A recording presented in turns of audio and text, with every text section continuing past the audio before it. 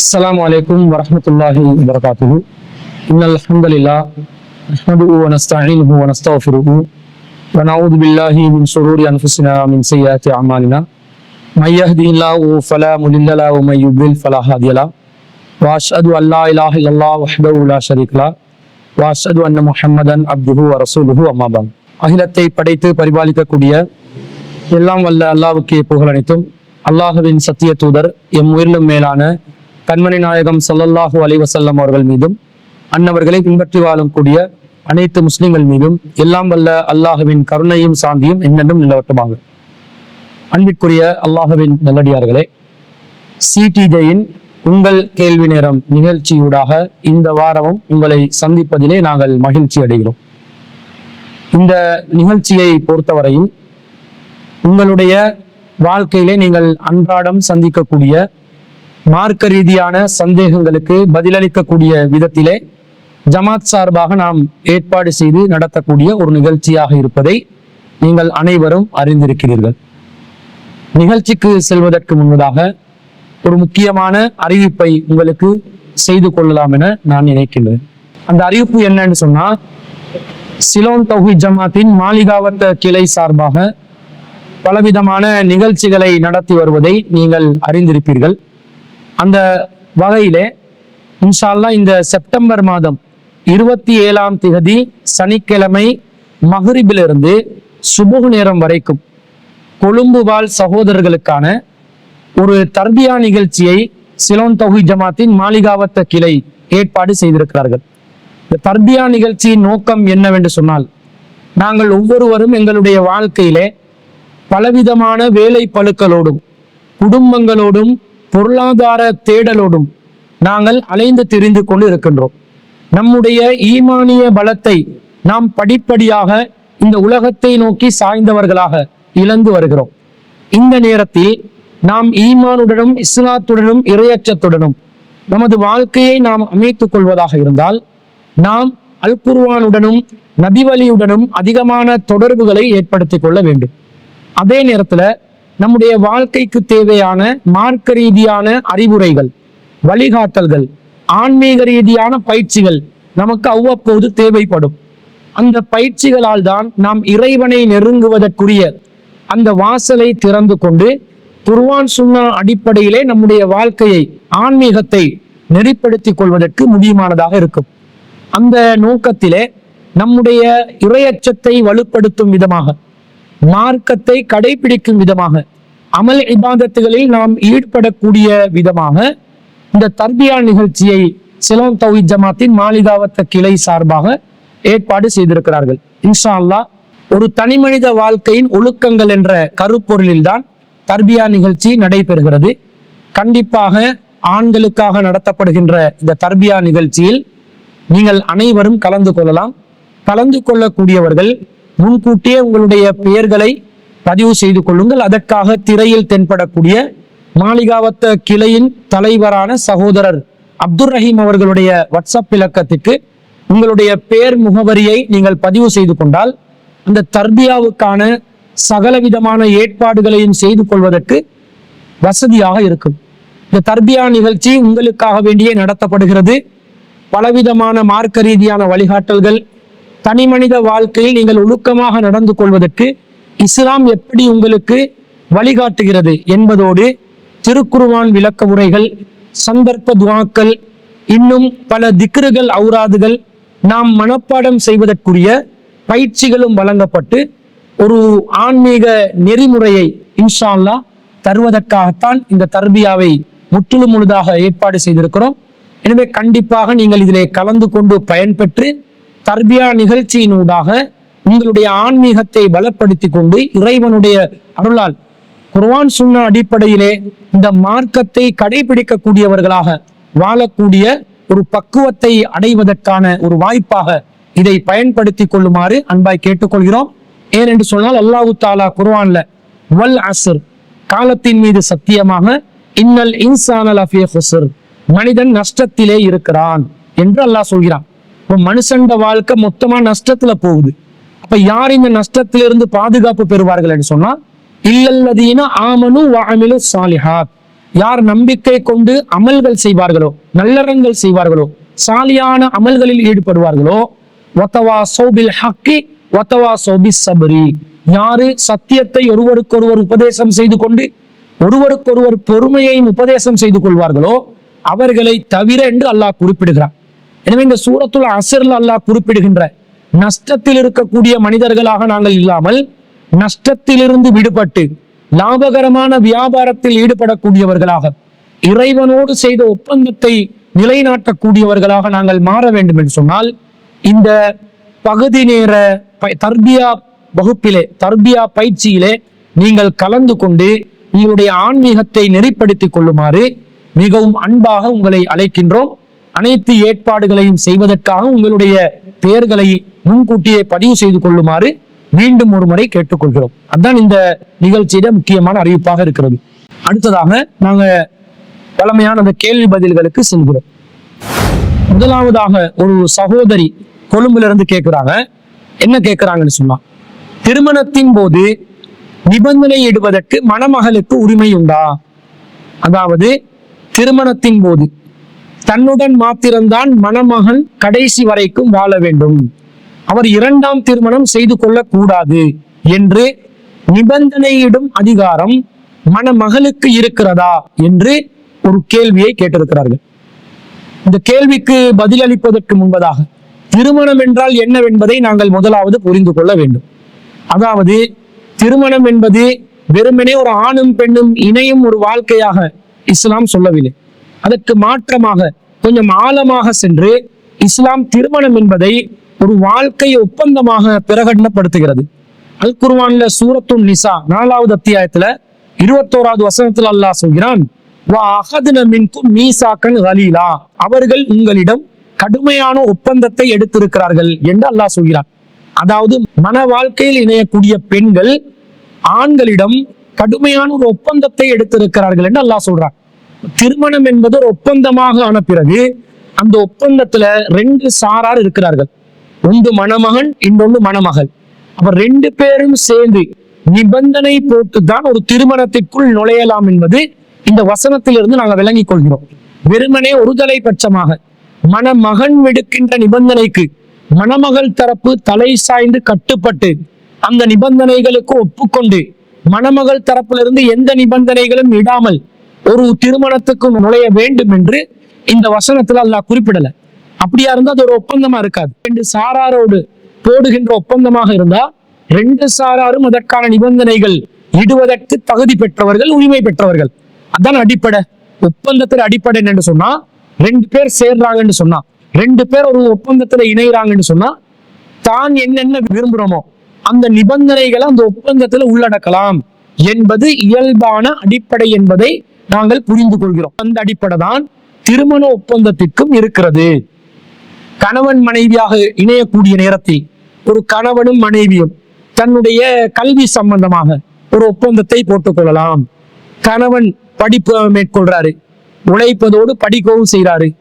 நான் இந்த படிப்பை மேற்கொண்டுதான் உழைச்சு கொண்டிருப்பேன், நான் முற்றிலும் முழுதாக உழைப்பதில் மாத்திரம் இருக்க மாட்டேன், எனவே உழைப்போடு சேர்ந்து படிப்பும் என்னுடைய வாழ்க்கையில் இருக்கும் என்று ஒரு மணமகனுக்கு சொல்லலாம். அதே போன்று மணமகளுக்கும் சொல்லலாம், நானும் திருமண வாழ்க்கையில இணைகிறேன், ஆனா என்னுடைய வாழ்க்கையில நான் குறிக்கோளாக ஒரு மருத்துவராகணும் என்று நான் சிறு வயசிலிருந்து எண்ணி இருக்கிறேன். எனவே என்னுடைய அந்த இலக்கை நான் கைவிட விரும்பவில்லை. அந்த இலக்கை அடையக்கூடிய நிலையில்தான் இந்த திருமண ஒப்பந்தத்துக்குள்ள நானும் நுழைகிறேன். எனவே நான் திருமணம் முடித்தாலும் என்னுடைய இந்த கல்விக்கு நீங்கள் தடையாக இருக்கக்கூடாது என்று மார்க்க வரம்புகளுக்கு உட்பட்ட நிபந்தனைகளை ஒரு மணமகளும் இடலாமா இல்லையா? ஈடுவதற்கு மார்க்கத்தில் ஏதாவது தடை இருக்குதா? அல்லாஹ் தஆலா ஒப்பந்தம் என்று சொல்லிட்டான். ஒப்பந்தம் என்று சொன்னா 2 சாராரும் நிபந்தனை இடலாம் என்று வரும் என்றால், எது பாவமான காரியமோ அந்த காரியங்கள்ல எந்த ஒரு ஒப்பந்தமும் இல்லை. வரம்பு மீறுறதெல்லாம் ஒப்பந்தம் கிடையாது.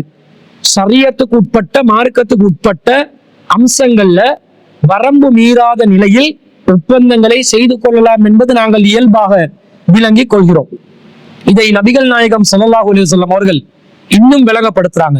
உக்பத் இப்னு ஆமிர் ரலியல்லாஹு அன்ஹு அவர்கள் அறிவிக்கக்கூடிய செய்தி சஹீஹுல் புகாரியிலே 2721வது செய்தியாக பதிவு செய்யப்பட்டிருக்கிறது. அதுல ரசூல் ஸல்லல்லாஹு சொல்றாங்க, கால ரசூலுல்லாஹி ஸல்லல்லாஹு அலைஹி வஸல்லம், ரசூலுல்லாஹ் சொல்றாங்க, அஹக்கு ஷுரூதி அன் தூஃபு பிஹி, நீங்கள் நிறைவேற்றுவதற்கு மிகவும் தகுதி வாய்ந்த ஒப்பந்தம் எதுன்னு சொன்னா மஸ்தஹலல்தும் பிஹில் ஃபுரூஜ், அது உங்கள் மனைவியரை உங்களுக்கு அனுமதிக்கப்பட்டவர்களாக ஆக்கிக் கொள்வதற்காக நீங்கள் அவர்களிடமிருந்து ஏற்றுக்கொண்ட நிபந்தனைகள் தான் நீங்கள் நிறைவேற்றுவதற்கு மிகவும் தகுதியான நிபந்தனைகள் என்று நபி ஸல்லல்லாஹு அலைஹி வஸல்லம் அவர்கள் இந்த செய்தியில நேரடியாவே சொல்றாங்க. மனைவிமார்களுடைய கற்புகளை எங்களுக்கு ஆகுமாக்கி கொள்வதற்காக எதனால நிபந்தனையாக ஏற்றுக்கொண்டோமோ அந்த நிபந்தனைகளை தான் நாங்கள் நிறைவேற்றுவதற்கு தகுதி என்று நபி ஸல்லல்லாஹு அலைஹி வஸல்லம் அவங்க சொல்லியிருக்கிறாங்க. அப்போ அவன மகருடைய விஷயமா இருந்தாலும் சரி, மகர் சம்பந்தமாக அவங்களோட கோரிக்கையை நாங்க ஏற்றுக்கொள்றதுலையும் சரி, அல்லது வாழ்க்கை விஷயத்துல வேற ஏதாவது ஒன்றுல அவங்க நிபந்தனையாக திருமண வாழ்க்கையில முன்வைத்தார்கள் என்று சொன்னால் அதை ஏற்று நடப்பதற்கு நாங்கள் கடமைப்பட்டிருக்கிறோம், அதுதான் நீங்க நிறைவேற்ற வேண்டும் என்று நபி ஸல்லல்லாஹு அலைஹி வஸல்லம் அவர்கள் கூறியிருப்பதிலிருந்து நாங்கள் என்ன விளங்கிக் கொள்கிறோம்? திருமணம் என்றால் ஒரு ஒப்பந்தம், அந்த ஒப்பந்தத்துல ரெண்டு சாராரும் நிபந்தனைகள் இடலாம். அப்படி நிபந்தனையிட்டால் இரண்டு சாராரும் அந்த நிபந்தனைகளை கடைபிடிக்க வேண்டும் என்பது இஸ்லாத்தின் அடிப்படையாக இருக்கிறது. இந்த குர்ஆன் வசனம் சொன்ன திருமணம் என்பது வாழ்க்கை ஒப்பந்தம், அது கடுமையான ஒரு ஒப்பந்தம் என்று சொன்னதற்கு விளக்க உரையாக இந்த ஹதீஸ் அமைந்திருப்பதை நாங்கள் பார்க்கிறோம். அது மாத்திரமா, நபிகள் நாயகம் ஸல்லல்லாஹு அலைஹி வஸல்லம் அவர்களுடைய காலத்துல ரசூல் ஸல்லல்லாஹு அலைஹி வஸல்லத்தை திருமணம் முடிக்கும் போதே உம்மு ஸலமா ரலியல்லாஹு அன்ஹா அவர்கள் நிபந்தனை போட்டாங்க, சில விஷயங்களை ஒப்பந்தமாக வைத்தார்கள் என்ற செய்தியை நாங்கள் ஹதீஸ் நூல்கள்ல பார்க்கிறோம். எப்படி பார்க்கிறோம்? ரசூல் ஸல்லல்லாஹு அலைஹி வஸல்லம் அவர்கள் ஃபஹதபனி இலா நஃப்ஸி, நபி ஸல்லல்லாஹு அலைஹி வஸல்லம் அவர்கள் என்னை திருமணம் பேசினார்கள். ஃபலம்மா ஃபரக மின் மகாலத்திஹி, ரசூல் ஸல்லல்லாஹு அலைஹி வஸல்லம் அவர்கள் பேசி முடிந்த உடனே குல்து, நான் சொன்னேன், யா ரசூல் அல்லாஹ், அல்லாஹ்வின் தூதரே, வாபி அல்லாஹ் தகூன பிக ரஹ்பத்து ஃபிய, நான் உங்களை விரும்பாத நிலையில் இல்லை, நான் உங்களுக்குரியவளாக ஆகுவதற்கு எது தடையாக இருக்கிறது என்று சொன்னா என் விஷயத்தில் நான் ஒரு காரியத்துல பயப்படுகிறேன். என்ன பயப்படுகிறேன் தெரியுமா? வலாக்கின்னி இம்ராத்துன் ஃபிய கைரத்துன் சதீதத்துன், நான் ஒரு பெண்ணாக இருக்கிறேன், என்னிடம் கடுமையான ரோசம் இருக்கிறது.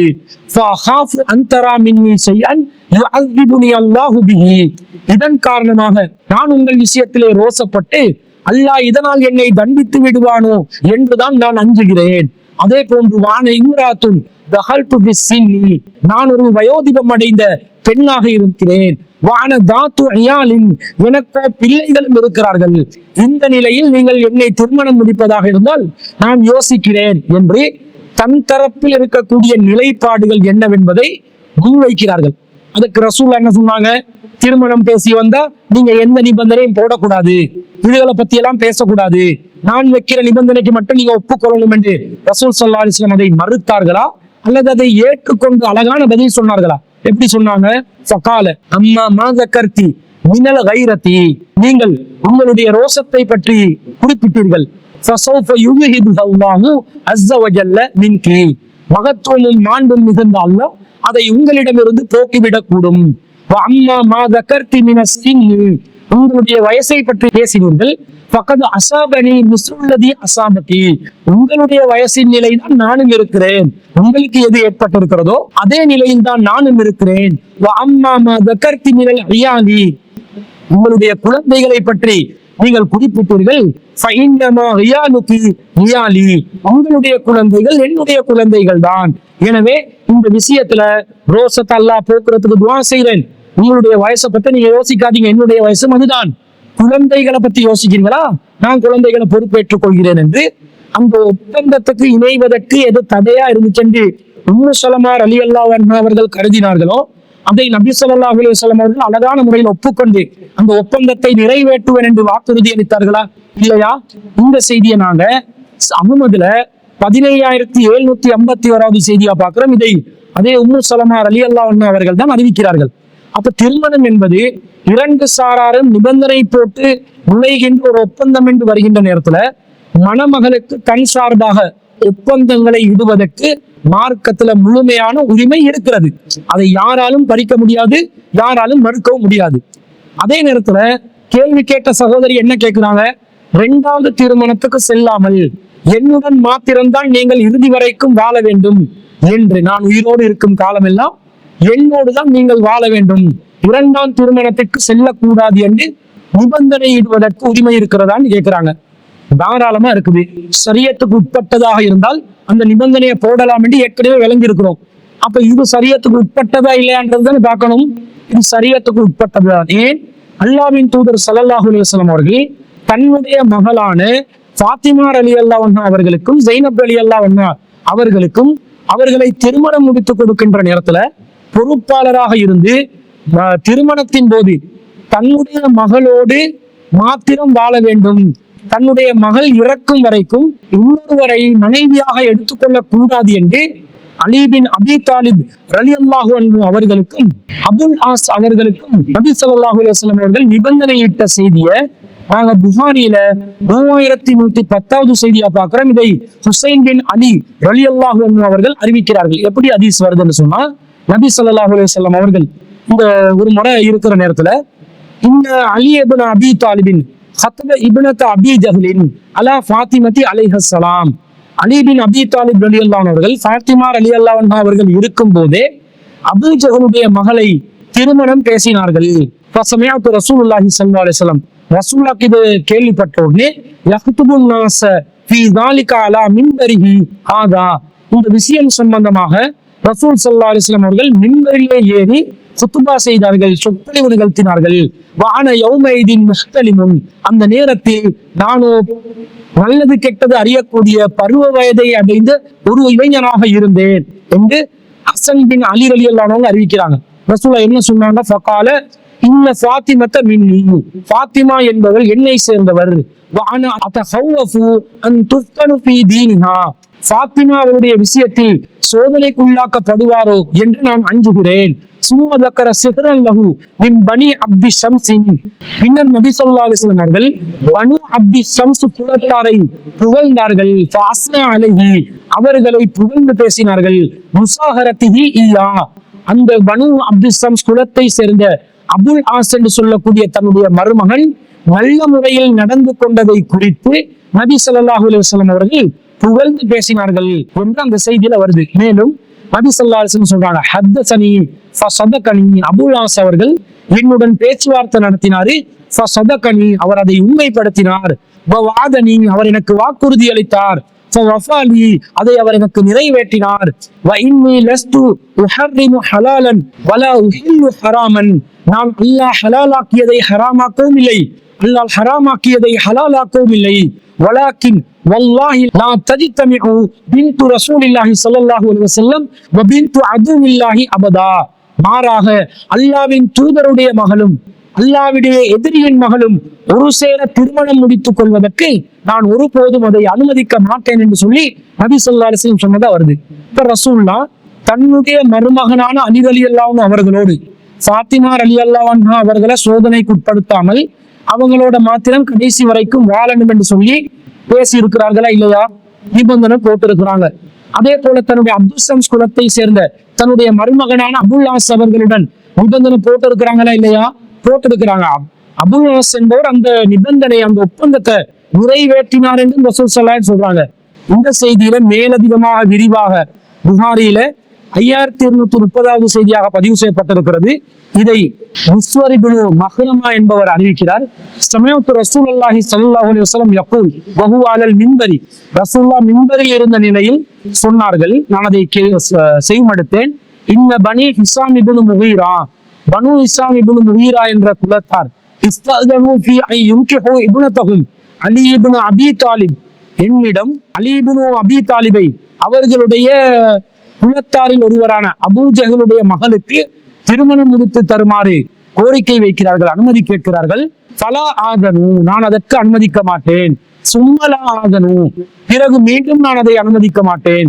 சும்மலா ஆதனு, பிறகும் நான் அதை அனுமதிக்க மாட்டேன். இல்லா ஐ யுரீது இப்னு அபி தாலிபின் ஐ யுத்தல்லிக இப்னதி, அலி இப்னு அபி தாலிப் அவர்கள் என்னுடைய மகளை தலாக் செய்துவிட்டு வயன்கிஹு இப்னதஹும், அபூ ஜஹலுடைய மகளை வேண்டும் என்றால் திருமணம் செய்து கொள்ளட்டும். ஃபஇன்னமா ஹிய பாலத்துன் மின்னி, ஃபாத்திமா என்பவர் என்னுடைய ஒரு பகுதியாவார். யுரிபுனி மா அராபஹா வயூதீனி மா ஆதாஹா, அவரை வெறுப்படைய செய்வது என்னை வெறுப்படைய செய்வதாகும், அவரை மனவேதனை செய்வது என்னை மனவேதனை செய்வதற்கு சமமாகும் என்று நபி ஸல்லல்லாஹு அலைஹி வஸல்லம் அவங்க சொல்றாங்க. அப்ப நபி ஸல்லல்லாஹு அலைஹி வஸல்லம் அவங்க என்ன சொல்லி தர்றாங்க? ஏற்கனவே ஒரு ஒப்பந்தத்துல நிபந்தனைகள் விட்டுட்டோம், அந்த நிபந்தனைகளை யாரு முறிக்கிறாங்களோ அவர்கள் வேண்டுமென்றால் தலாக் சொல்லி பிரிஞ்சிட்டு போட்டோம்.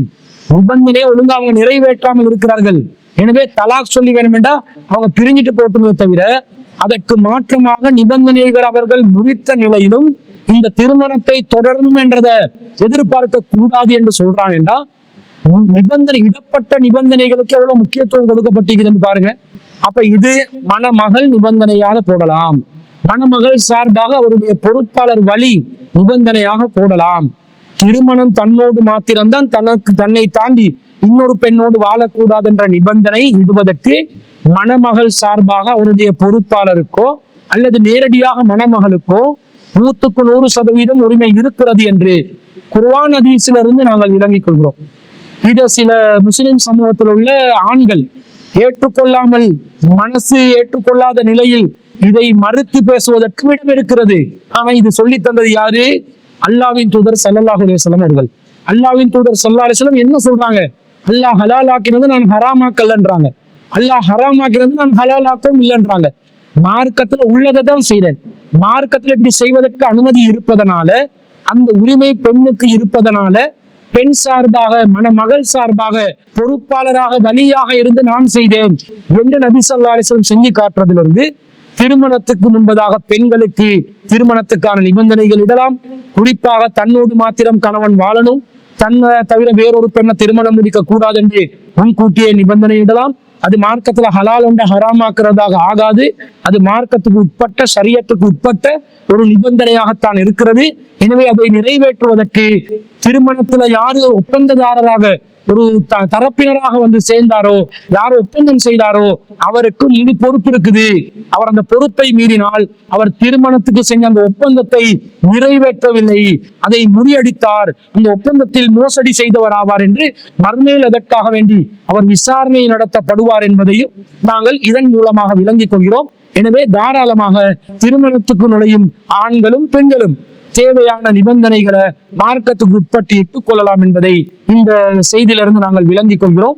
இதை அந்த கேள்வி கேட்ட சகோதரிக்கு நாங்கள் பதிலாக பதிவு செய்து கொள்கிறோம். இன்னொரு கேள்வி வருது, இதே திருமணம் ஒட்டின ஒரு கேள்விதான். திருமணத்தின் போது மகர் கொடுப்பதற்கு வசதி இல்லாத ஆண்கள் என்ன செய்ய வேண்டும் என்று கேட்கிறார்கள். அதாவது திருமணத்தின் போது மகர் கொடுக்கணும் என்று இஸ்லாம் சொல்லுது.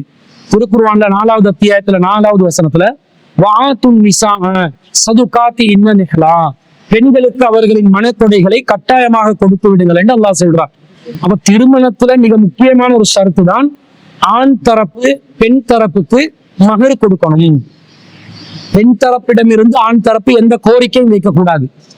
ஆண் தரப்பு தான் பெண்களுக்கு பெண்களின் சதக்காவாக, சதுகாத்தி இன்ன பெண்களுக்குரிய சதக்காவாக, அவர்கள் உரிமை படைத்த சதக்காவான, அவர்களுக்கு சேர வேண்டிய சதக்காவான இந்த மகரை கொடுக்குமாறு அல்லாஹ் தஆலா குர்ஆன்ல கட்டளையிடுறான். இது இந்த வசனத்துல மட்டும் இல்ல, 4வது அத்தியாயத்துல 24வது வசனம், 25வது வசனம், 127வது வசனம், 5வது அத்தியாயத்துல 5வது வசனம், 28வது அத்தியாயத்துல 27வது வசனம், 33வது அத்தியாயத்துல 50வது வசனம், 60வது அத்தியாயத்துல 10வது வசனம், இந்த எல்லா வசனங்களையும் திருமணத்தின் போது அவர்கள் மணக்கொடை கொடுக்க வேண்டும், மகர் கொடுக்க வேண்டும், மணமகளுக்கு மணமகன் மகர் கொடுக்க வேண்டும் என்று இஸ்லாம் வலியுறுத்தி கட்டாயப்படுத்தி சொல்லி இருப்பதை பார்க்கிறோம். மகர் இல்லாமல் திருமணம் என்பதே இல்லை என்று தெளிவாக நாங்கள் விளங்கிக் கொள்கிறோம். ஜாஹிலியா காலத்துல ஒரு திருமண முறை இருந்துச்சு. இந்த திருமணத்துக்கு வந்து சிகார் என்று சொல்லுவாங்க. அந்த திருமணத்தை நபி ஸல்லல்லாஹு அலைஹி வஸல்லம் தடுக்கிறாங்க, தடை செய்யறாங்க. ஏன் தடை செய்யறாங்கன்னா, அந்த திருமண முறையில மகர் பரிமாறப்படாது, மகர் கைமாறாது என்பதனாலே ரசூலா திருமணத்தை தடை செஞ்சதாக ஒரு செய்தியை நம்ம புகாரில 5112வது மற்றும் 6960வது செய்தியாக பார்க்கிறோம். அப்துல்லா இப்னு உமர் ரலியல்லாஹு அன்ஹு அறிவிக்கிறாங்க. என்ன அறிவிக்கிறாங்க? இன்ன ரசூலுல்லாஹி ஸல்லல்லாஹு அலைஹி வஸல்லம் நஹா அனிஸ் சிகாரி, நபி ஸல்லல்லாஹு அலைஹி வஸல்லம் சிகார் திருமணத்தை தடை செய்தார்கள். சிகார் திருமணம் என்னன்னு சொன்னா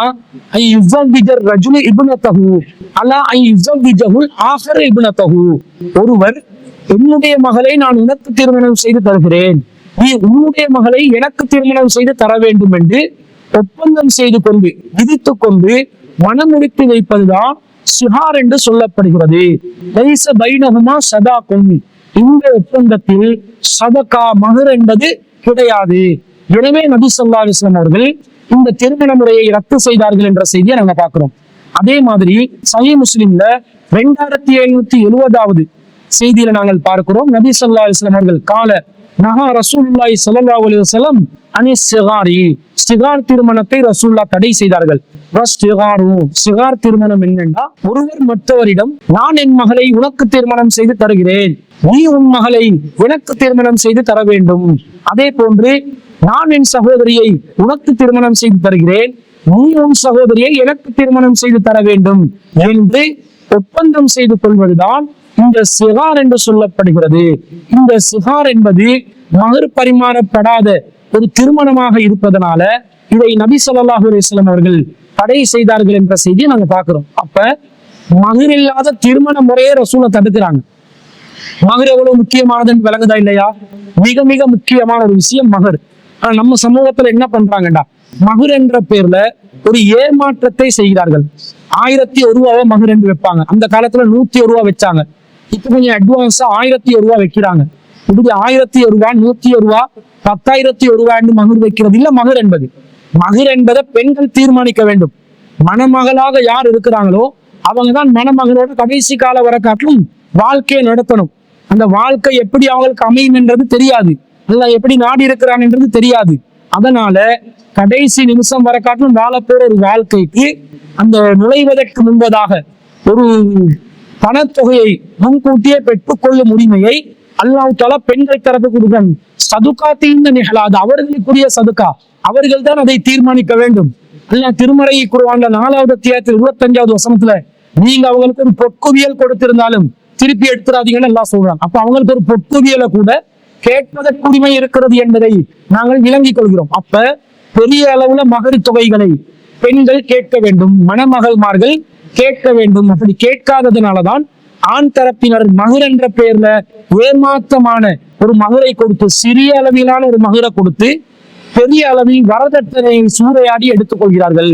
சீதனம் சீர்வரிசை என்ற பெயர்ல வீடு வசதி, வீடு வாகனம், கார் பங்களா சீர்வரிசை என்ற பெயர்ல பலவிதமான பொருளாதார சூறையாடல்களில் ஆண்கள் ஈடுபட்டு கொண்டு இருக்கிறார்கள் என்பதை நாங்கள் பார்க்கிறோம். அப்ப மகர் என்பது ரொம்ப முக்கியம். அப்ப இந்த மகரை கொடுக்கறதுக்கு வசதி இல்லாட்டி மணமகன் என்ன செய்வது? மகர் கொடுக்கறதுக்கு வசதி இல்ல, இவ்வளவு வலியுறுத்தி சொல்லப்பட்ட ஒரு விஷயம், அவர் வசதி இல்லைன்னு சொன்ன ஒரு காரணத்துக்காக வேண்டி வெறுமனே மார்க்கம் அதை கொடுக்காமட்டா பரவாயில்ல என்று சொல்லுமா? சொல்லாது. இஸ்லாம் எந்த அளவுக்கு சொல்லுது என்று சொன்னால், திருமணத்துக்கு நுழைவதாக இருந்தால் ஆண்களுக்கு முதலாவது ஒரு கட்டளையை போடுது. என்ன கட்டளை? நபிகள் நாயகம் ஸல்லல்லாஹு அலைஹி வஸல்லம் அவர்கள் ஒரு முறை அல்கமா மற்றும் அஸ்வத் ரஹ்மத்துல்லாஹி ஆகியோர் அப்துல்லா இப்னு மஸ்ஊத் ரலியல்லாஹு அன்ஹு அவர்களுடைய சபைக்கு போறாங்க. தகல்து மஅ அல்கமத வல் அஸ்வதி அலா அப்துல்லா, அப்துல்லா இப்னு மஸ்ஊத் ரலியல்லாஹு அன்ஹு சபைக்கு அல்கமா அவர்களும் அஸ்வத் அவர்களும் செல்கிறார்கள். ஃபகால அப்துல்லா இப்னு மஸ்ஊத் ரலியல்லாஹு அன்ஹு சொல்றாங்க, குன்னா மஅன் நபி ஸல்லல்லாஹு அலைஹி வஸல்லம் ஷபாபன், நாங்கள் ரசூலுல்லாஹ்வுடைய காலத்துல இளைஞர்களாக இருந்தோம். லா நஜிது ஷைஅன், ஆனா எங்களுக்கு எந்த பொருளும் இல்லாமல் இருந்தது, திருமணத்துக்கு வசதி இல்லாமல் இருந்தது. ஃபகால லனா ரசூலுல்லாஹி ஸல்லல்லாஹு அலைஹி வஸல்லம், ரசூலுல்லாஹ் எங்களுக்கு என்ன கட்டளை இட்டார்கள் தெரியுமா? யா மஅஷர ஷபாப், இளைஞர்கள் கூட்டமே, மனிஸ்ததா மின்குமுல் பாஅத, உங்களை யாருக்கு பாஅத் இருக்குதோ, திருமணத்துக்கு பராமரிப்புக்கு வசதி இருக்கிறதோ, ஃபல்யதஸவ்வஜ், அவர் திருமணம் முடித்துக் கொள்ளட்டும். திருமணம் முடிப்பதாக இருந்தால் சக்தி உள்ளவர்கள் திருமணம் முடித்துக் கொள்ளட்டும். ஃபஇன்னஹு அகல்லு லில் பஸரி, அதுதான் பார்வை தாழ்த்துவதற்கு உகந்தது. வஅஹ்ஸனு லில் ஃபரஜி, அதுதான் கற்பை பேணிக் கொள்வதற்கு நல்லது. வமல் லம் யஸ்ததி, திருமணத்துக்கு வசதி யாருக்கு இல்லையோ ஃபஅலைஹி பிஸ்ஸௌம், அவர் மீது நோன்புதான் கடமை.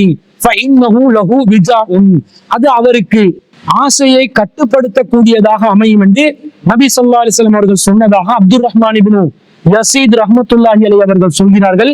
சஹீஹ் புகாரிலே 5066வது செய்தியாக நாங்கள் பார்க்கிறோம். இதே செய்தி நசாயில 2211வது செய்தியாகவும் பதிவு செய்யப்பட்டிருக்கிறது. அப்போ வசதி இல்லாதவர்களுக்கு இஸ்லாமிய மார்க்கத்துல நோன்பு நோட்பதுதான் கடமை. இச்சையை கட்டுப்படுத்திக் கொள்ளக்கூடிய விதத்துல நோன்பை நோற்றுக் கொள்ளுங்கள்.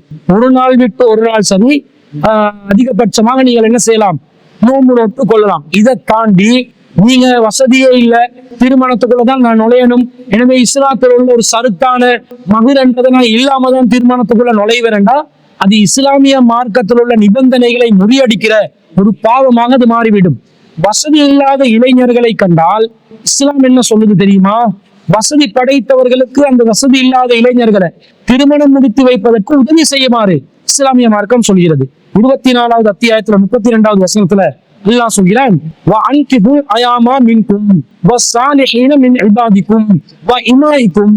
உங்களில் வாழ்க்கை துணையற்றவர்களுக்கும் நல்லோரான உங்களின் ஆண் அடிமைகளுக்கும் பெண் அடிமைகளுக்கும்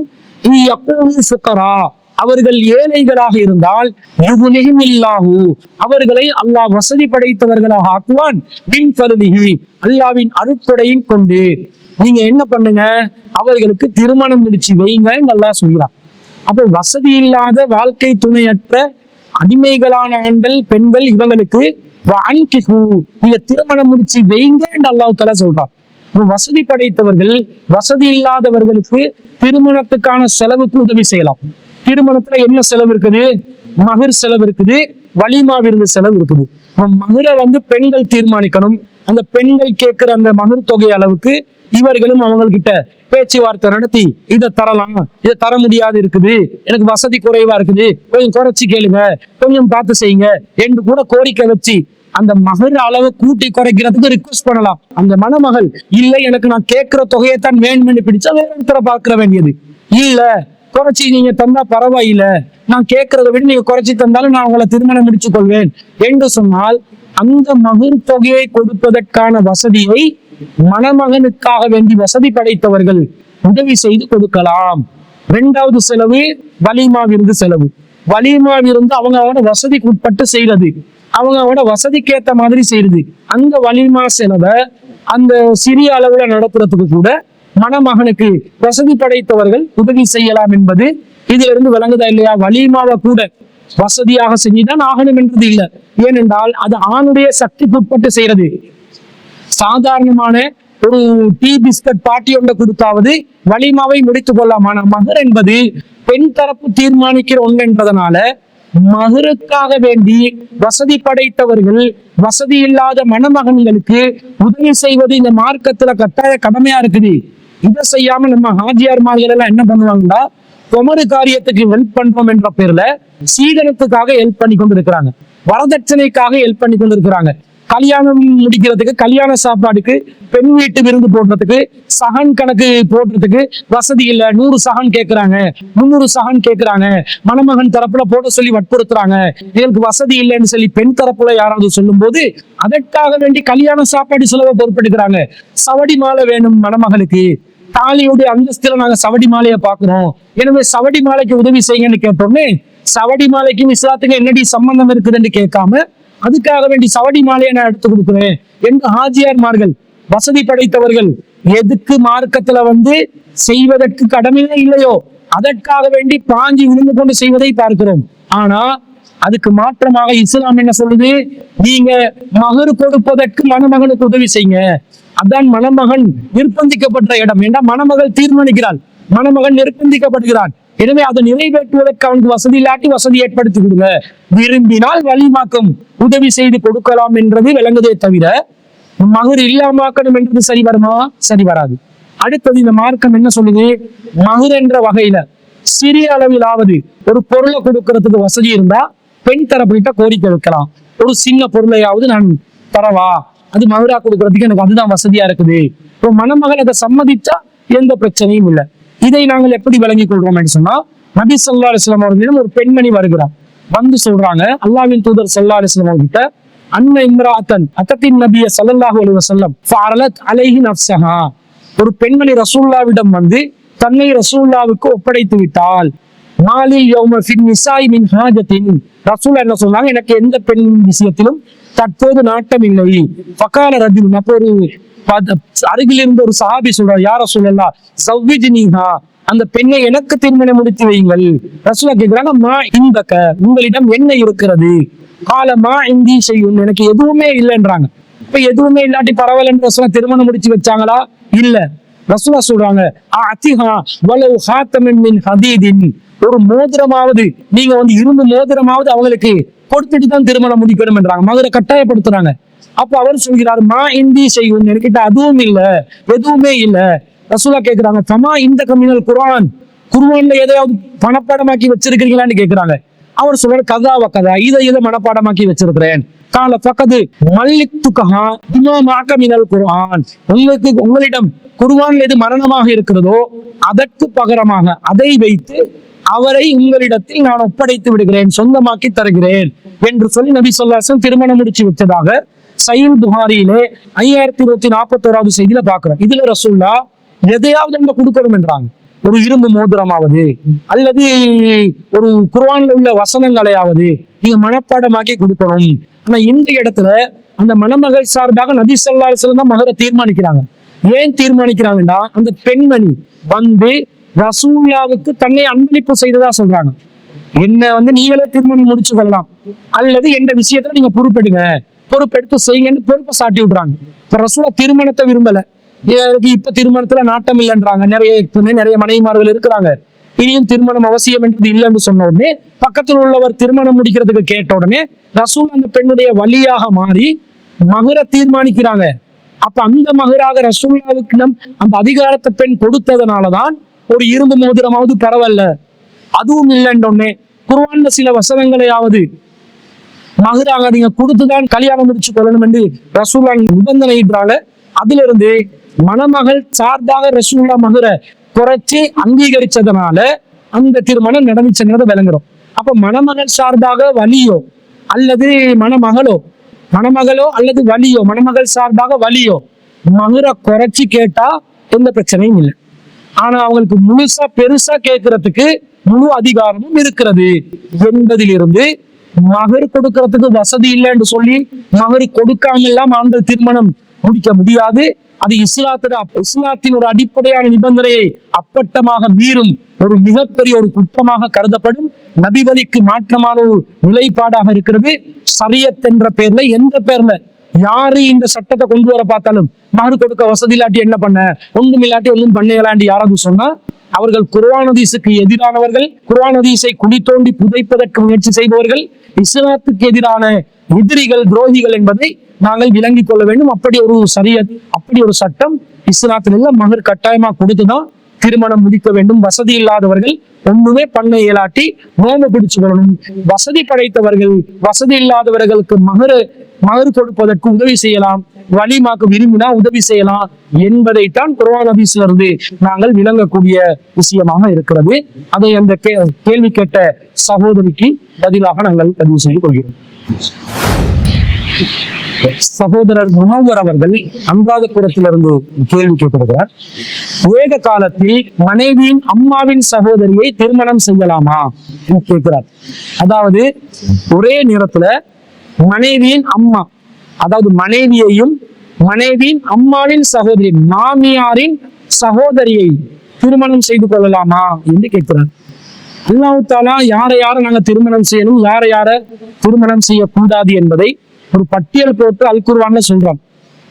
4வது அத்தியாயத்தில் 23வது வசனத்துல சுர்ரிமத் அலைக்கும் உம்மஹாத்துக்கும், உங்களோட தாய்மார்கள் உங்களுக்கு தடை செய்யப்பட்டவர்கள், வபனாத்துக்கும் உங்களுடைய பெண் பிள்ளைகள், வா அகவாத்துக்கும் உங்கள் சகோதரிகள், வா அம்மாத்துக்கும் உங்கள் தந்தையின் சகோதரிகள், வஹாலாத்துக்கும் உங்கள் அன்னையின் தந்தையின் சகோதரிகள் என்றா மாமிமார்கள், வஹாலாத்துக்கும் உங்கள் அன்னையரின் சகோதரிகள், சாட்சி பெரியம்மாவை திருமணம் முடிக்க இயலாது, வபனாத்துல் அஹி உங்கள் சகோதரரின் பெண் பிள்ளைகள், வபனாத்துல் உக்தி உங்கள் சகோதரியின் பெண் பிள்ளைகள், வஹும்மாத்துக்கும் உல்லாத்தி அர்லானக்கும் உங்களுக்கு பாலூட்டிய தாய்மார்கள், அகவாத்துக்கும் மினர் ரலாஅத்தி பாலூட்டியதன் மூலமாக சகோதரிகளானவர்கள், உம்மஹாத்து நிசாஇக்கும் உங்கள் மனைவிமார்களின் தாய்மார்கள், அவர்களையும் திருமணம் முடிப்பதற்கு முடியாது, மாமியார்களை திருமணம் முடிக்க முடியாது என்று சொல்லி அல்லாஹ் தஆலா ஒரு பட்டியலை போடுறார். அப்ப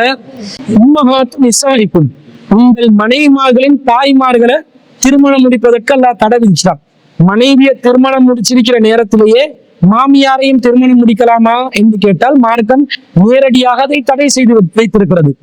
அப்ப மனைவியுடைய தாயை திருமணம் முடிக்க முடியாட்டி அந்த தாயின் சகோதரியும் திருமணம் முடிக்க முடியாது என்று இயல்பாகவே நாங்கள் விளங்கிக் கொள்ளலாம்.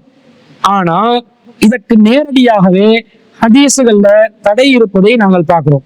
சஹீஹ் முஸ்லிம்ல 2742வது செய்தியில இந்த செய்தியை அபூ ஹுரைரா ரலியல்லாஹு அன்ஹு அவங்க அறிவிக்கிறாங்க. அபூ ஹுரைரா ரலியல்லாஹு அன்ஹு அவர்கள் சொல்கிறார்கள், யகூல நஹா ரசூலுல்லாஹி ஸல்லல்லாஹு அலைஹி வஸல்லம், ரசூலுல்லாஹ் தடை செய்தார்கள், ஐ யஜ்மஅ ரஜுலு பைன இம்ராஅதி வ அம்மதிஹா வ பைன இம்ராஅதி வ ஹாலதிஹா. நபிகள் நாயகம் ஸல்லல்லாஹு அலைஹி வஸல்லம் அவர்கள் ஒருவர் ஒரு பெண்ணையும் தன்னுடைய மனைவியையும் வ அம்மதிஹா அவருடைய தந்தையின் சகோதரியையும் அதாவது மாமிமார்களையும் வ பைனல் மர்அதி வ ஹாலதிஹா ஒரு பெண்ணையும் அந்த பெண்ணுடைய தாயின் சகோதரியையும் அதாவது மாமியாரின் சகோதரியையும் ஒரே நேரத்தில் ஒரே நேரத்தில் ஒருவர் திருமணம் முடிப்பதை நபி ஸல்லல்லாஹு அலைஹி வஸல்லம் அவர்கள் தடை விதித்தார்கள் என்று தெளிவாக நேரடியாக மாமியாரே திருமணம் முடிக்க முடியாது என்று குர்ஆன் சொல்லுது. மாமியாரின் சகோதரியை திருமணம் முடிக்க முடியாது என்று ஹதீஸும் தெளிவாக சொல்வதனால ஒருவர் ஒரே நேரத்தில் ஏக காலத்தில் மனைவியையும் மனைவியின் தாயின் சகோதரியையும் திருமணம் முடிப்பதற்கு தடை செய்யப்பட்டிருக்கிறார்கள் என்று இஸ்லாம் தெளிவாக அறிவித்திருக்கிறது. எனவே அது தடுக்கப்பட்ட ஒரு திருமண உறவு என்பதை நாங்கள் விளங்கிக் கொள்ள வேண்டும். சிஹாரியை சேர்ந்த ஒரு சகோதரி கேள்வி கேட்கிறாங்க, காலை மாலை திக்ருகளை எப்போது நாங்கள் ஓத வேண்டும் என்று கேட்கிறாங்க. அதாவது இஸ்லாமிய மார்க்கத்துல காலையில நாங்க ஓத வேண்டிய திக்ருகள் என்று சில திக்ருகள் இருக்குது, மாலையில நாங்க ஓத வேண்டிய திக்ருகள் என்று சில திக்ருகள் இருக்குது. இப்ப காலையில மாலையில என்று வந்துருச்சு. இப்ப நாங்க இதை எந்த நேரத்துல ஓதுறது?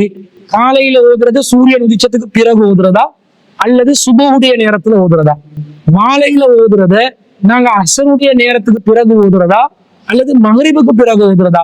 எந்த நேரத்துல ஓதுறது என்பதை விளக்குமாறுதான் அந்த சகோதரி கேள்வி கேட்டிருக்கிறாங்க.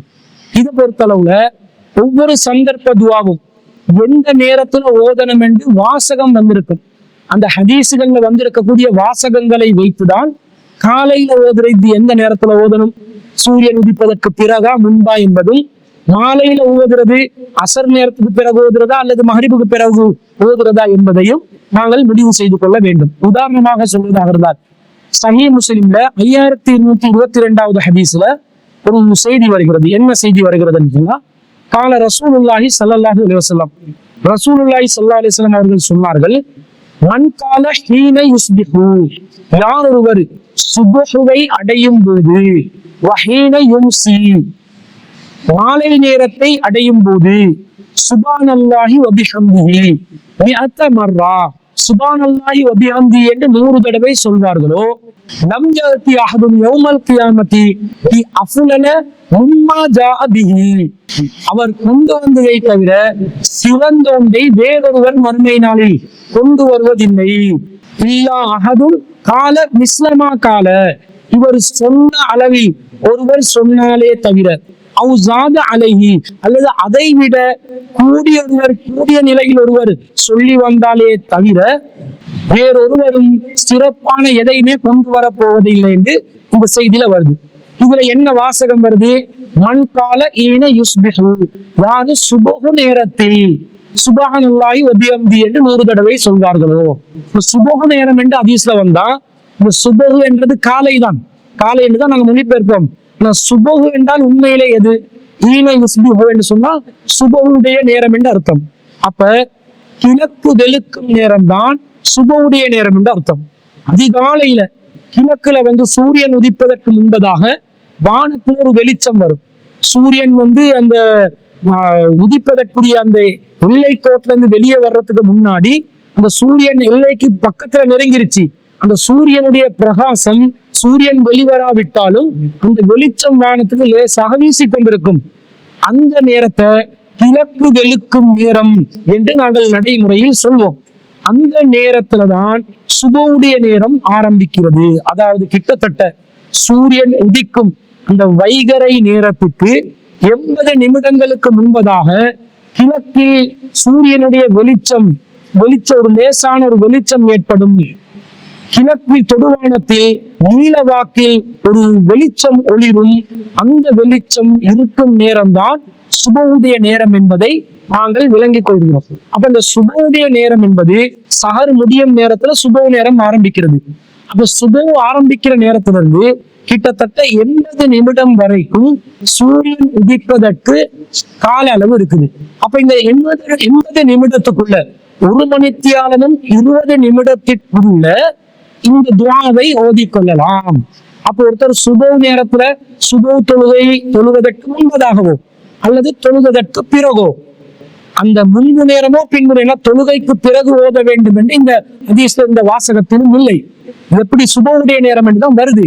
சுபவுடைய நேரம் 80 நிமிஷம் இருக்கிறதுனால தொழுகைக்கு முன்போ தொழுகைக்கு பின்போ சூரியன் உதிப்பதற்கு முன்பு 80 நிமிடங்களிலிருந்து ஆரம்பிக்கிற சுபவு நேரத்திலிருந்து அந்த காலத்துக்குள்ள இந்த திக்ரை ஓத வேண்டும் என்றுதான் இந்த செய்தியிலிருந்து நாங்கள் புரிந்து கொள்கிறோம். இப்படி சுபவுடைய நேரம் சம்பந்தமாக வரக்கூடிய எந்த சுபவுடைய வாசகம் பயன்படுத்தி வரக்கூடிய எந்த அவுராது வந்தாலும் எந்த திக்ரு வந்தாலும் அந்த சுபவு கால நேரத்துலதான் நாங்கள் ஓத வேண்டும் என்பதை புரிந்து கொள்ள வேண்டும். அதே நேரத்துல நபி ஸல்லல்லாஹு அலைஹி வஸல்லம் அவங்க சுபவுடைய நேரம் சம்பந்தமாக சொல்லும்போது சொல்றாங்க, சுபவுடைய நேரம் எந்த நேரம் என்று சொன்னால் அதுதான் ஃபஜ்ர் ஆரம்பிக்கும் நேரம், கிழக்கு வெளுக்கும் நேரம், சூரியன் உதிப்பதற்கு முன்பு வரையுள்ள நேரம். சுபவுடைய நேரம் என்றா அந்த கிழக்கு வெளுக்கிற நேரத்திலிருந்து சூரியன் உதிப்பதற்கு முன்புள்ள நேரம் என்று நபி ஸல்லல்லாஹு அலைஹி வஸல்லம் சொல்றாங்க. சூரியன் உதிப்பதற்கு ஆரம்பித்தால் தொழுகையை நீங்கள் நிறுத்திக் கொள்ளுங்கள் என்று நபி ஸல்லல்லாஹு அலைஹி வஸல்லம் சொல்றாங்க. இந்த செய்தி சஹீஹ் முஸ்லிம்ல 1075வது செய்தியா பதிவு செய்யப்பட்டிருக்கிறது. அப்துல்லா இப்னு அம்ர் ரலியல்லாஹு அன்ஹு அறிவிக்கிறாங்க. அப்ப இதுல இருந்து என்ன விளங்குது? சூரியன் உதிச்ச பிறகு சுபோடைய வக்து முடிஞ்சிருச்சு. அப்ப சூரியன் உதித்ததற்கு பிறகு சுபோ என்ற வார்த்தையை பயன்படுத்தி வரக்கூடிய அவுராதுகளை நாங்க ஓத முடியாது, அதுக்கு முன்புதான் ஓத வேண்டும் என்பதை புரிந்து கொள்கிறோம். அதே மாதிரி ஹீன யும்சி என்று வருது, மாலை நேரம் என்று வருது. மாலை நேரம் என்ற எந்த நேரம்? அசருடைய நேரம் தான் மாலை நேரம்.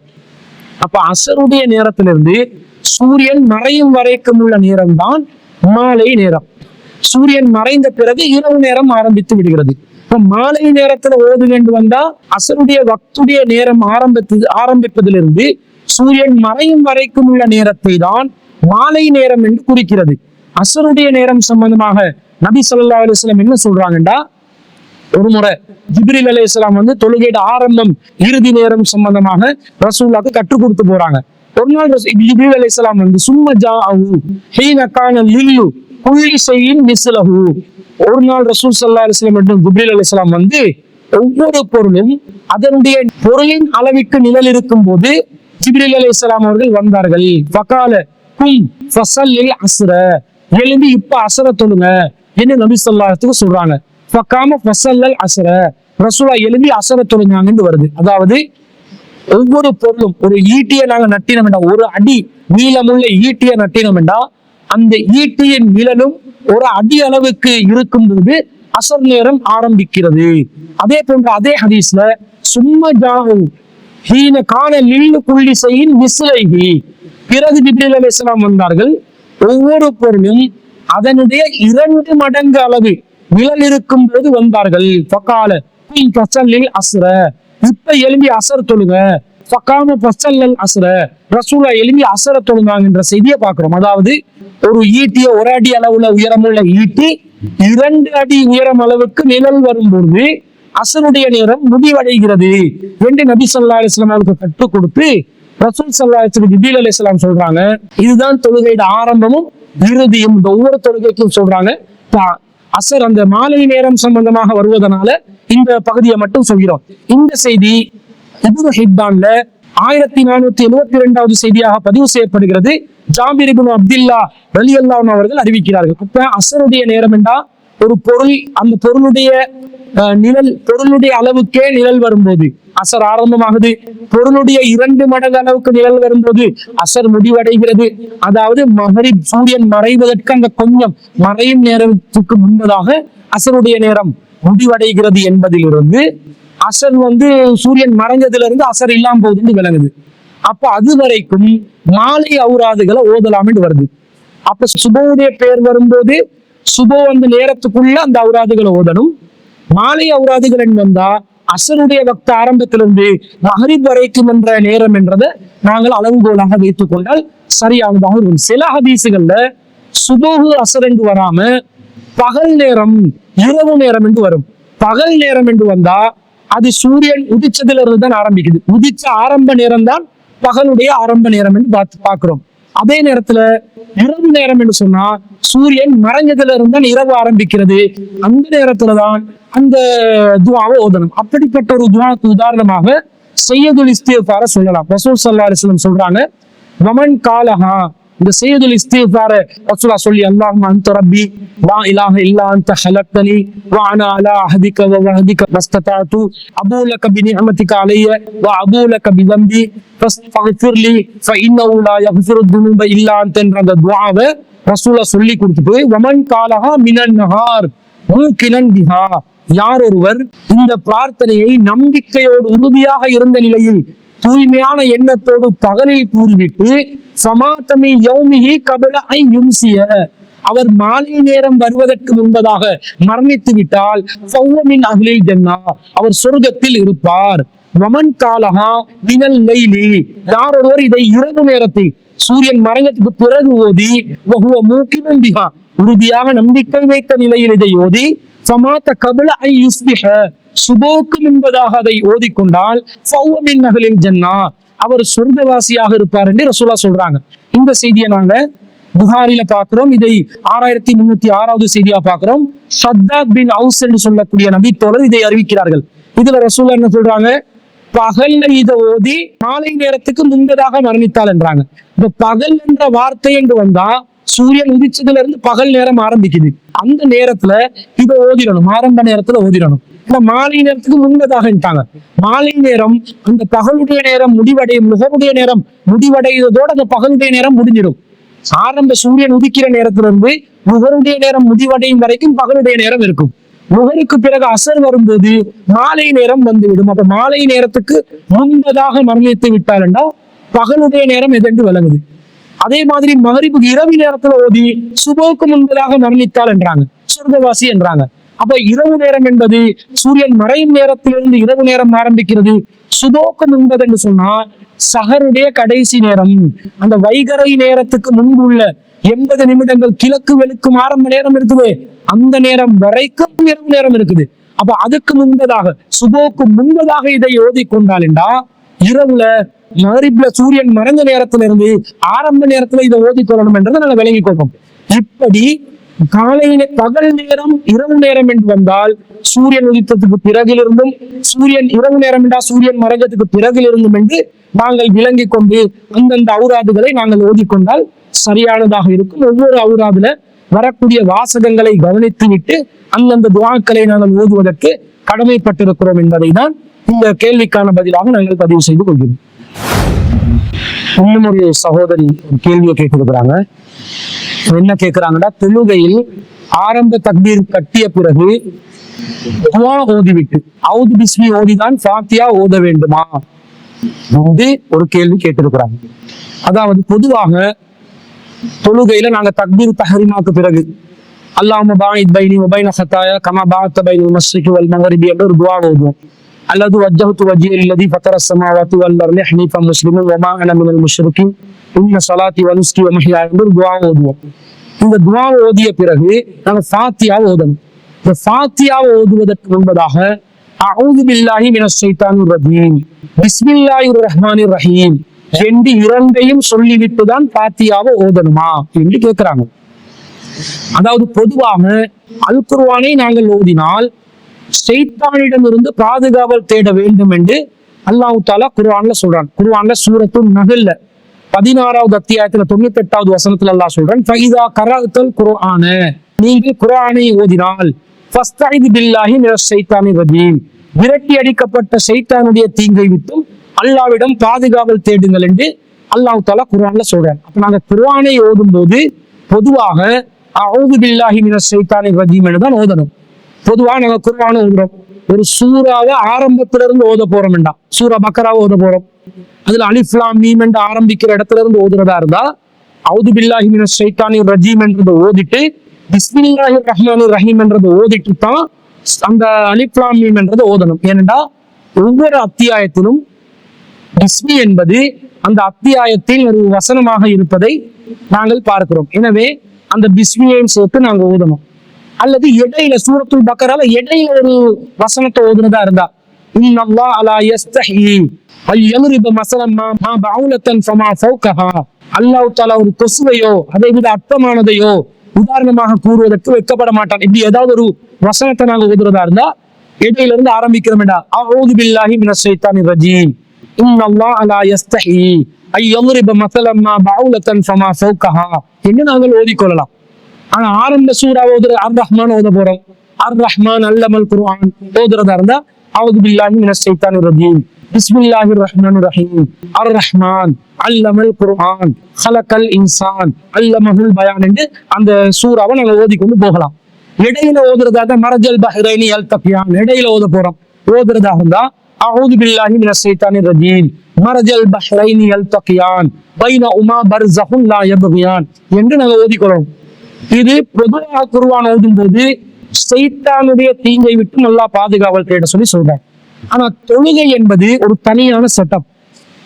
தொழுகையில எது எது செய்யணும், எதை எதை செய்யக்கூடாது என்பதை அல்லாஹ்வின் தூதர் ஸல்லல்லாஹு அலைஹி வஸல்லம் அவர்கள் அக்குவேறு ஆணிவேராக நமக்கு வழிகாட்டி இருக்கிறார்கள். தொழுகையில நபி ஸல்லல்லாஹு அலைஹி வஸல்லம் ஏதாவது ஒரு சந்தர்ப்பத்துல அஊது பில்லாஹி மினஷ் ஷைத்தானிர் ரஜீம் என்று சொல்லிவிட்டு பிறகு பிஸ்மில்லாஹிர் ரஹ்மானிர் ரஹீம் என்று சொல்லிவிட்டு சூரா ஃபாத்தியாவை ஓதினாங்க என்று எந்த ஒரு ஹதீஸ்லையும் பார்க்க முடியல. பொதுவாக அஊது பில்லாஹி மினஷ் ஷைத்தானிர் ரஜீம் என்பது குர்ஆன் வசனங்களை ஓதும் போது சொல்லிக் கொள்ளணும். ஆனா தொழுகையில அப்ப ரசூல் ஸல்லல்லாஹு அலைஹி வஸல்லம் நடைமுறைப்படுத்தி இருப்பாங்களா இல்லையா? நடைமுறைப்படுத்தி இருப்பாங்க. ரசூல தொழுகையில அப்படி நடைமுறைப்படுத்தினாங்களான்னு பார்த்தா எந்த ஒரு ஆதாரத்தையும் காண முடியல. அப்ப என்ன விளங்குறோம்? தொழுகைக்கென்று வரக்கூடிய அந்த செட்டப்ல ஆரம்பத்துல தக்பீர் தஹ்ரீமாவை கட்டுறோம், நெஞ்சில கட்டிக்கொள்ளணும் நபி வழி பிரகாரம், பாயித் பைனி அல்லது வஜ்ஜஹ்து ஓதுறோம். அதற்கு பிறகு பிஸ்மில்லாஹிர் ரஹ்மானிர் ரஹீம் அல்ஹம்துலில்லாஹி ரப்பில் ஆலமீன் அர் ரஹ்மானிர் ரஹீம் மாலிகி யௌமித்தீன் என்று நாங்க ஃபாத்தியாவை ஓதிக்கொண்டு போகணும். இடையில அஊது பில்லாஹி மினஷ் ஷைத்தானிர் ரஜீம் பிஸ்மில்லாஹிர் ரஹ்மானிர் ரஹீம் அல்ஹம்துலில்லாஹி ரப்பில் ஆலமீன் என்று ஓதுவதற்கு ஆதாரம் இல்ல. காரணம் நபி ஸல்லல்லாஹு அலைஹி வஸல்லம் இப்படி ஓதினதற்கு எந்த ஒரு ஹதீஸுகளும் பதிவு செய்யப்படவில்லை. எனவே தொழுகைக்கு வெளியில நாங்கள் ஓதும் போது அஊது பில்லாஹி மினஷ் ஷைத்தானிர் ரஜீம் என்று குர்ஆனை ஓதுறதுக்கு ஆரம்பிக்கலாம். ஆனா தொழுகைக்குள்ள ஓதும் போது ரசூலுல்லாஹ்வுடைய உஸ்வத்துல் ஹஸனாவிலே அதற்கு ஆதாரம் இல்லாததுனால நாங்கள் பிஸ்மில்லாவை கொண்டுதான் சூரா ஃபாத்தியாவை ஆரம்பிக்க வேண்டும் என்பதை விளங்கிக் கொள்கிறோம். பொதுவாக ரசூலுல்லாஹ்வுடைய கிராத் சம்பந்தமாக கேள்வி கேட்கப்படுகிறது. ரசூலுல்லாஹ்வுடைய கிராத் தொழுகையில எப்படி அமையும் என்பதை பற்றி கேள்வி கேட்கப்படுகிறது. அனஸ் இப்னு மாலிக் ரலியல்லாஹு அவர்களிடம் கேள்வி கேட்கப்படுகிறது. இந்த செய்தி புகாரில் 5046வது செய்தியாக பதிவு செய்யப்படுகிறது. இதை கதாதா அவர்கள் அறிவிக்கிறார்கள். சுயில் அனசுன் கைஃப கானத் கிராஅத்துன் நபி ஸல்லல்லாஹு அலைஹி வஸல்லம், அனஸ் ரலியல்லாஹு அவர்களிடம் ரசூலுல்லாஹ்வுடைய கிராத் தொழுகையில எப்படி இருந்துச்சு என்று கேட்கப்படுகிறது. ஃபகால கானத் மத்தா, ரசூல் ஸல்லல்லாஹு அலைஹி வஸல்லம் கிராத் ரொம்ப நீளமானதாக ரொம்ப நீட்டி ஓதுவதாக இருந்தது, அவர்களுடைய வழக்கமா இருந்தது. சும்ம கரஅ பிஸ்மில்லாஹிர் ரஹ்மானிர் ரஹீம், பிறகு அனஸ் ரலியல்லாஹு அவர்கள் பிஸ்மில்லாஹிர் ரஹ்மானிர் ரஹீம் என்பதை ஓதி காட்டினார்கள். யமுத்து பிஸ்மில்லா, பிஸ்மில்லாவை நீட்டமா ஓதினாங்க. வயமுத்து பிர் ரஹ்மான், ரஹ்மானை நீட்டமாக ஓதினார்கள். வயமுத்து பிர் ரஹீம், ரஹீமை நீட்டமாக ஓதினார்கள் என்ற செய்தியை நாங்க பார்க்கிறோம். அப்ப ரசூலுல்லாஹ்வுடைய கிராத் எப்படி இருந்துச்சுன்னு கேட்கும் போது பிஸ்மில்லாவை தான் நீட்டி ஓதி காட்டுறாங்க. அஊது பில்லாஹி மினஷ் ஷைத்தானிர் ரஜீம் வரல, பிஸ்மில்லாவை தான் அனஸ் ரலியல்லாஹு அவர்கள் நீட்டமாக ஓதி காட்டினதிலிருந்து பிஸ்மில்லாவை கொண்டுதான் சூரா ஃபாத்தியாவை தொழுகையில ரசூல் ஸல்லல்லாஹு அலைஹி வஸல்லம் அவர்கள் ஓதுவதற்கு ஆரம்பித்திருக்கிறார்கள் என்பதை நாங்கள் விளங்கிக் கொள்கிறோம். இன்னும் சொல்ல போனால் சூரா ஃபாத்தியால பிஸ்மி என்பது முதலாவது வசனம் என்பதையும் நாங்கள் விளங்கிக் கொள்ள வேண்டும்.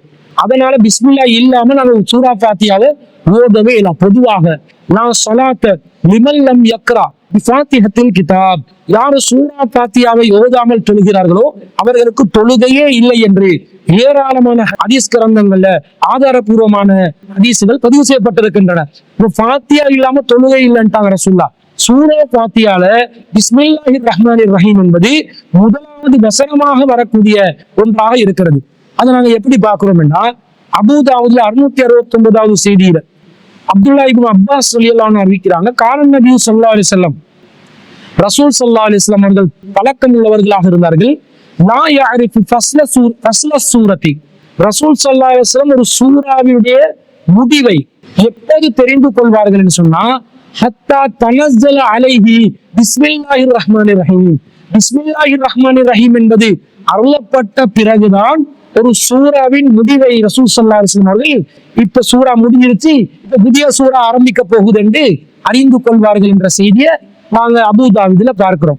அப்ப பிஸ்மில்லா என்பது ஒரு சூறாவுடைய ஆரம்பமா இருந்துச்சு.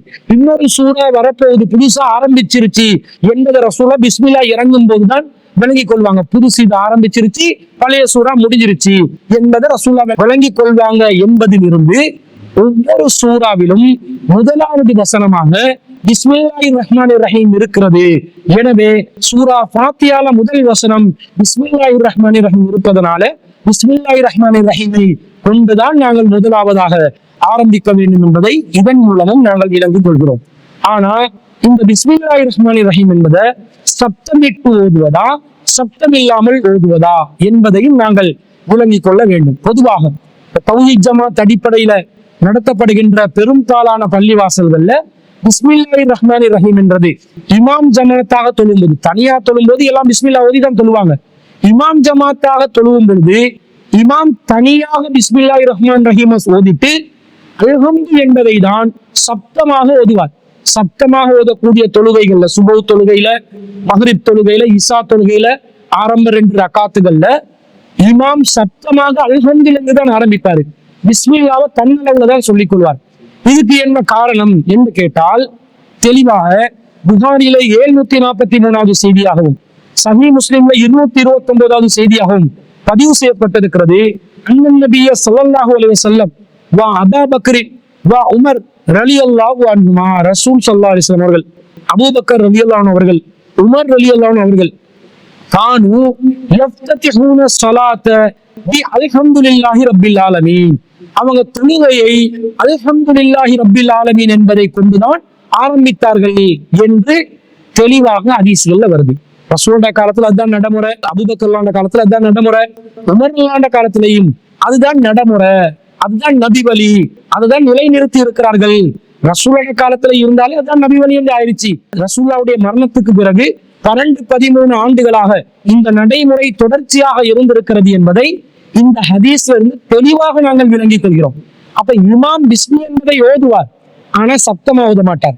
அல்ஹம்துலில்லாஹி ரப்பில் ஆலமீன் என்பதுதான் சப்தமாக ஓதுவார். அதுதான் நபி ஸல்லல்லாஹு அலைஹி வஸல்லம் அவர்களுடைய சுன்னால பிரபல்யமாக பலமான சுன்னாவாக நடைமுறையில் இருந்திருப்பதை நாங்கள் பார்க்கிறோம். அதே நேரத்துல ரசூல் ஸல்லல்லாஹு அலைஹி வஸல்லம் அவர்கள் சப்தமிட்டு பிஸ்மில்லாவை ஓதினதாகவும் ஒரு செய்தி வருகிறது. இதை நுஐமுல் முஜ்மிர் என்று சொல்லக்கூடிய நுஐம் பின் அப்துல்லா ரலியல்லாஹு அன்ஹு அவர்கள் அறிவிக்கிறார்கள். அபூ ஹுரைரா ரலியல்லாஹு அன்ஹு ஒரு முறை தொழுகை நடத்துறாங்க. குந்து வராஹ அபீ ஹுரைரத, நான் அபூ ஹுரைரா ரலியல்லாஹு அன்ஹுக்கு பின்னாடி இருந்து தொழுதேன். ஃபக்ரஅ பிஸ்மில்லாஹிர் ரஹ்மானிர் ரஹீம், அவர் பிஸ்மில்லாஹிர் ரஹ்மானிர் ரஹீமை ஓதினார். சும்ம கரஅ பி உம்மில் குர்ஆன், பிறகு அவர் உம்முல் குர்ஆன் சூரா ஃபாத்தியாவை ஓதினார். அத்தா பலக வலல்லாலீன், வலல்லாலீன் வரைக்கும் ஓதினார். கால ஆமீன், பிறகு ஆமீன் சொன்னார். வகாலன் நாசு ஆமீன, மக்களும் ஆமீன் சொன்னார்கள். வயகூலு குல்லமா சஜத அல்லாஹு அக்பர், அவர் சஜதா செய்த நேரத்தில் அல்லாஹு அக்பர் என்று சொன்னார். வயகூலு இதா சல்லம, அவர் சலாம் கொடுத்தோன்னு சொன்னார். வல்லதி நஃப்ஸி பியதி, என்னுடைய உயிர் எவன் கைவசத்தில் இருக்கிறதோ அவன் மீது சத்தியமாக, இன்னி லஅஸ்பஹுக்கும் ஸலாத்தன் பி ரசூலில்லாஹி ஸல்லல்லாஹு அலைஹி வஸல்லம், நான் இப்போ உங்களுக்கு தொழுது காட்டின தொழுகை இருக்குது, இது ரசூலுல்லாஹ்வுடைய தொழுகையில் ஒரு தொழுகைக்கு ஒப்பான தொழுகையாக இருக்கிறது என்று அபூ ஹுரைரா ரலியல்லாஹு அன்ஹு அவர்கள் சொன்னதாக இந்த செய்தி வருகிறது. ஹாக்கிம்ல 814வது செய்தியாக பதிவு செய்யப்பட்டிருக்கிறது. அப்ப அபூ ஹுரைரா ரலியல்லாஹு அவர்கள் பிஸ்மில்லாவும் சப்தமா ஓதி சூரா ஃபாத்தியாவை சப்தமா ஓதி இருக்கிறாங்க. அதனாலதான் பின்னாடி உள்ளவர்களுக்கு பிஸ்மில்லா சப்தமா ஓதினது விளங்கி இருக்குது. அவர் பிஸ்மில்லா என்பதை மௌனமா ஓதி சூரா ஃபாத்தியாவை சப்தமா ஓதினார்கள் என்று இந்த செய்தியில தெளிவாக வரவில்லை. அப்ப பொதுவாக ஃபாத்தியாவை ஓதின மாதிரியே தான் பிஸ்மில்லாவையும் ஓதின மாதிரி அறிவிக்கப்பட்டிருப்பதை வைத்து அவர் பிஸ்மில்லாவையும் சப்தமா தான் ஓதினாரு என்று இந்த செய்தி சொல்லுது. இதை வச்சுதான் ஷாஃபி மதுஹபினர்கள் அவங்க பிஸ்மில்லாவை சப்தமா ஓதணும் என்ற மாதிரி கருத்து சொல்லுவாங்க. இந்த செய்தி ஆதாரப்பூர்வமான செய்தி. பொதுவா அந்த புகாரில வரக்கூடிய செய்தி என்ன சொல்லுது? ரசூலுல்லாஹ்வுடைய வளமையான நடைமுறையாகும் பிஸ்மி என்பது சப்தமில்லாமல் இமாம் தன்னளவில் ஓதக்கூடியதாகவும், மௌனங்களுக்கு அல்ஹம்துலில்லாஹ் என்பதன் மூலமாகத்தான் சப்தமாக ஓத ஆரம்பித்திருக்கிறார்கள் என்பதுதான் ரசூலுல்லாஹ்வுடைய நடைமுறையாக இருந்திருக்கிறது. ஆனா இந்த செய்தியில அபூ ஹுரைரா ரலியல்லாஹு அவர்கள் ரசூலோட தொழுகைக்கு நான் ஒத்த தொழுகையா தொழுது காட்டினேன் என்று வேற சொல்கிறார். நம்பகமான ஒரு அறிவிப்பாளர், முக்கியமான ஒரு நபித்தோழர் அறிவிக்கிறார். அதுல இருந்து நாங்க இந்த ரெண்டையும் வைத்து இணைத்து ஒரு முடிவெடுப்பதாக இருந்தால், பெரும்பாலான நேரங்கள்ல நபி ஸல்லல்லாஹு அலைஹி வஸல்லம் அவர்கள் பிஸ்மில்லாவை சத்தம் குறைவாகவும் ஃபாத்தியாவை சப்தமாக ஓதினதாகவும் நாங்கள் விளங்கிக் கொள்ள வேண்டும். ஒரு சில சந்தர்ப்பங்கள்ல பிஸ்மில்லாவை முன்னுக்கு 2 சஃப்ல இருக்கிறவங்களுக்கு கூட கேட்கிற அளவுக்கு கூட ரசூலுல்லாஹ் ஓதி இருக்கலாம் என்பதை நாங்கள் இந்த செய்தியிலிருந்து விளங்கிக் கொள்கிறோம். இந்த செய்தியை வச்சு ஒருத்தர் பிஸ்மில்லாவை சத்தமா ஓதிதான் ஃபாத்தியாவை ஓதுவேன் என்று சொன்னால் தவறு என்று சொல்ல முடியாது. ஆனா ரசூலுல்லாஹ்வுடைய பெரும்பாலான நடைமுறைய அனஸ் ரலியல்லாஹு அன்ஹு அறிவிக்கக்கூடிய செய்தியிலிருந்து பிஸ்மில்லா என்பது இமாம் தன்னளவில் சத்தம் குறைத்து ஓதிக்கொண்டு ஃபாத்தியா சூராவை தான் சத்தமாக ஓதி இருக்கிறார்கள் என்பதை நாங்கள் விளங்கிக் கொள்கிறோம். எனவே அதை தான் நாங்கள் பெரும்பாலான நடைமுறையாக நாங்கள் நடைமுறைப்படுத்துவதற்கு கடமைப்பட்டிருக்கிறோம் என்பதை இந்த முரண்படாத நிலையில் ஹதீஸ்களை இணைத்து புரிவதற்கான ஒரு வழியாக இதை நாங்கள் இந்த விளக்கத்தை நாங்கள் கூறிக்கொள்கிறோம். எனவே தொழுகையில ஒருத்தர் ஆரம்ப தக்பீர் தஹ்ரீமாவுக்கு பிறகு பாயித் பைனி அல்லது வஜ்ஜஹ் ஓதிய பிறகு அவுது பில்லாஹி மினஷ் ஷைத்தானிர் ரஜீம் ஓத வேண்டிய அவசியம் இல்லை. அப்படி ரசூலுல்லாஹ் ஓதினதாக எந்த தொழுகை சம்பந்தப்பட்ட ஹதீஸ்களும் வரவில்லை. பிஸ்மில்லாவை ஓதிட்டு சூரா ஃபாத்தியா ஓதணும். சப்தமிட்டு தொழுகைகள்ல ஜமாத்தா நடத்துற தொழுகைகள்ல இமாம் பிஸ்மில்லாவை பெரும்பாலான சந்தர்ப்பங்கள்ல தன்னளவில் ஓதிக்கொண்டு ஃபாத்தியாவை தான் சப்தமாக ஓதிக்கொள்ள வேண்டும். சில சந்தர்ப்பங்கள்ல பிஸ்மில்லாவை சப்தமாக ஓதினால் அதுவும் நபி வழிக்கு மாற்றம் என்று யாராலும் சொல்ல முடியாது. ஹதீஸ்ல நேரடியாக அறிவிக்கப்பட்டிருக்கிறதுனால இப்படி நாங்கள் இந்த செய்திகளை இணைத்து புரிந்து கொண்டால் சரியான முறையில் நபி வழியை நாங்கள் நிலைநிறுத்தியவர்களாக கருதப்படுவோம் என்பது அந்த சகோதரி கேட்ட கேள்விக்கு பதிலாக பதிவு செய்து கொண்டு இந்த வாரத்திற்கான சீட்டிதை உங்கள் கேள்வி நேரம் நிகழ்ச்சியை இத்துடன் நாங்கள் நிறைவு செய்து கொள்கிறோம். நீங்கள் கேட்கக்கூடிய கேள்விகள் உங்களுடைய இன்மைக்கும் நன்மைக்கும் பயனளிக்கக்கூடிய கேள்விகளாக இருந்தால் திரையில் தென்படக்கூடிய வாட்ஸ்அப் இலக்கத்திற்கு உங்களுடைய கேள்விகளை எழுத்து வடிவத்தில் அனுப்புங்கள். கண்டிப்பாக எழுத்து வடிவத்தில் அறிவிக்கின்ற நேரத்தில் உங்களுடைய பெயரையும் ஊரையும் குறிப்பிட்டு உங்களுடைய கேள்விகளை அனுப்பி வைக்குமாறு அன்பாக கேட்டுக்கொள்வதோடு உங்களுடைய கேள்விகளுக்கு குர்ஆன் சுன்னா நிலையிலிருந்து பதிலளிப்பதற்கு சிலோன் தௌஹீத் ஜமாத் எப்போதும் தயாராக இருக்கிறது என்பதையும் கூறிக்கொண்டு இந்த வாரத்திற்கான நிகழ்ச்சியை நாங்கள் இத்துடன் நிறைவு செய்து கொள்கிறோம். வஆகிரு தஅவானா அல்ஹம்துலில்லாஹி ரப்பில் ஆலமீன்.